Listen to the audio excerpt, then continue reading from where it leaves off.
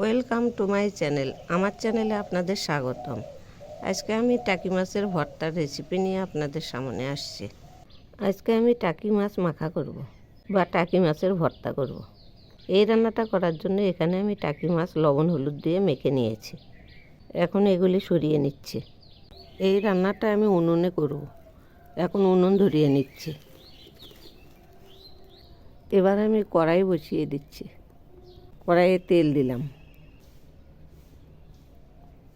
তেল গরম হয়ে গেছে। এখন আমি মাছগুলো ছেড়ে দিচ্ছি।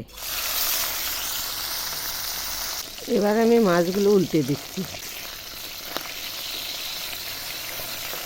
এই মাছগুলো আমি একটু কড়া করে ভেজে নেব। তো বন্ধুরা, আমার রেসিপি যদি আপনাদের ভালো লেগে থাকে তাহলে সাবস্ক্রাইব করে আমার পাশে থাকবেন আর কমেন্ট করে জানাবেন। মাছ ভাজা হয়ে গেছে। এখন এগুলি আমি নামাবো। এই যে মাছগুলো নামিয়ে নিচ্ছি। এভাবেই আমি সবগুলো নামাবো। মাছগুলো তো সব নামিয়েছি। এখন শুকনো লঙ্কা ভেজে নিচ্ছি। ভাজা হয়ে গেছে, এগুলিও নামিয়ে নিচ্ছি। এবার আমি ভেজে নিচ্ছি 3টে ঝুরি করা পেঁয়াজ আর 2টো কাঁচা লঙ্কা। এখন আমি দিচ্ছি সামান্য একটু লবণ আর দিচ্ছি সামান্য পরিমাণ হলুদ। এবার পেঁয়াজগুলোও ভালো করে ভেজে নেব, একদম কড়া করে ভেজে নেব।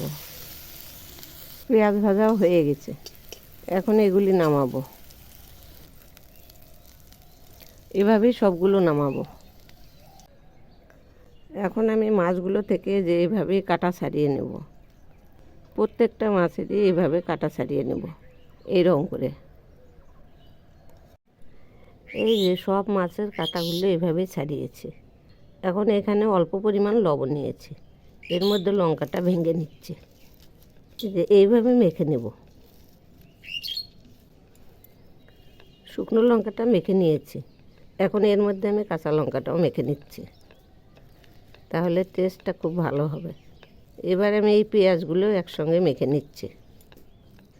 এখন আমি এর মধ্যে নিচ্ছি 1 চামচ সরিষার তেল। এই সরিষার তেল দিয়েও পেঁয়াজগুলো ভালো করে মাখবো। এখন এগুলিও মাখবো।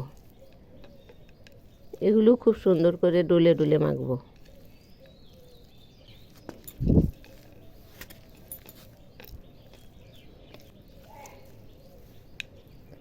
আর একটু মাখা হবে। এই যে মাখা হয়ে গেছে, এইরকম হয়েছে।